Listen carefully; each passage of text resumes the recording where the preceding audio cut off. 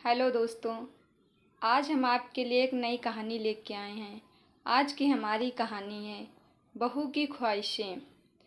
प्रिया आज बहुत गुस्से में थी और होती भी क्यों ना। उसे लगता था मोहल्ले की सभी बहुओं से ज़्यादा दुखी वही है।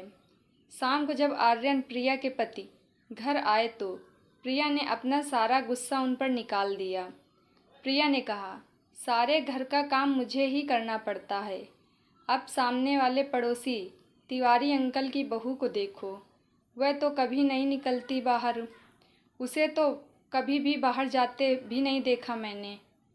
और एक मैं जो दिन भर घर के कामों में स्कूटी लेकर बाज़ारों में घूमती रहती हूँ और आकर फिर घर का काम करो, खाना बनाओ और तो और बच्चों की सारी जिम्मेदारी भी मेरे ऊपर है। आपसे तो इतना भी नहीं होता कि बच्चों की स्कूल की डायरी भी चेक कर लें, वह भी मुझे ही करनी है। प्रिया गुस्से में सारी बातें आर्यन को बोले जा रही थी और आर्यन चुपचाप खड़े हुए चेहरे पर थोड़ी सी मुस्कान लिए उसे हाव भाव दे रहे थे। आर्यन के मजाक के हाव भाव देखकर प्रिया और ज़्यादा नाराज़ हो गई और चिल्लाते हुए बोली, सही है आपका, यहाँ मैं जल रही हूँ और आप मेरे मज़े लेकर हंस रहे हो। तब आर्यन ने हंसते हुए कहा, यार प्रिया, अब तुम्हारी इन बेकार की बातों पर हंसी नहीं तो क्या सीरियस हूँ। तुम अपनी तुलना तिवारी अंकल की बहू से कर रही हो। तुम्हें पता है तिवारी अंकल और आंटी दोनों अपनी बहू को घर से बाहर खड़ा तो होने नहीं देते। वह बाहर कैसे निकलेगी। तुम तो शुक्र मनाओ कि तुम्हारे ऊपर कोई बंदिशें नहीं हैं। तुम चाहे जहाँ जाओ और तुम्हारा मन करे वह पहनो, उसमें भी तुम्हें संतुष्टि नहीं है। तब प्रिया ने कहा, यह कोई आज़ादी है मेरी। सारे दिन लगे रहो बाज़ारों में। मैं भी चाहती हूँ कि कभी कभी मुझे किसी चीज़ के लिए बाज़ार जाने का मन ना करे तो वह चीज़ें तुम मुझे लाकर घर पर दे दो। पर तुमसे तो उम्मीद करना ही बेकार है। तभी तो मेरा एक पैर घर में होता है और एक पैर बाज़ार में। तब आर्यन ने जैसे तैसे करके प्रिया को मनाया और फिर रात का खाना खाकर सब सो गए।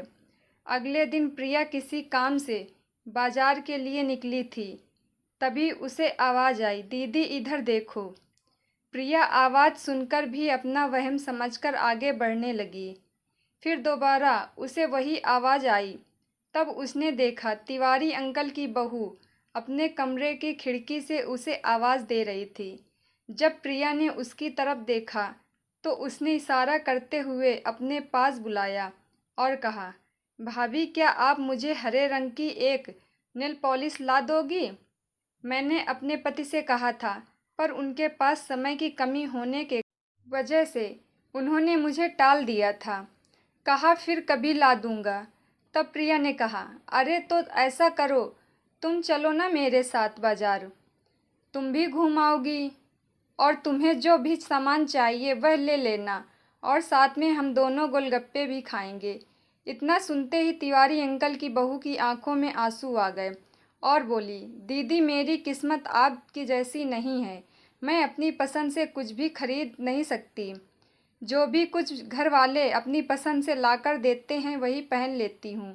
मैं बहू हूँ ना, तो यह लोग मुझे कहते हैं, तुम बहू हो, घर के चार दीवारी में ही शोभा देती हो। आज के ज़माने में भी मेरी सास मुझे घर से बाहर जाने नहीं देती हैं और ना ही पड़ोस में किसी से बात करने देती हैं। तभी पीछे से आवाज़ आई, बहू, और वह अपनी अधूरी बातों को बिना पूरा करे ही अंदर चली गई।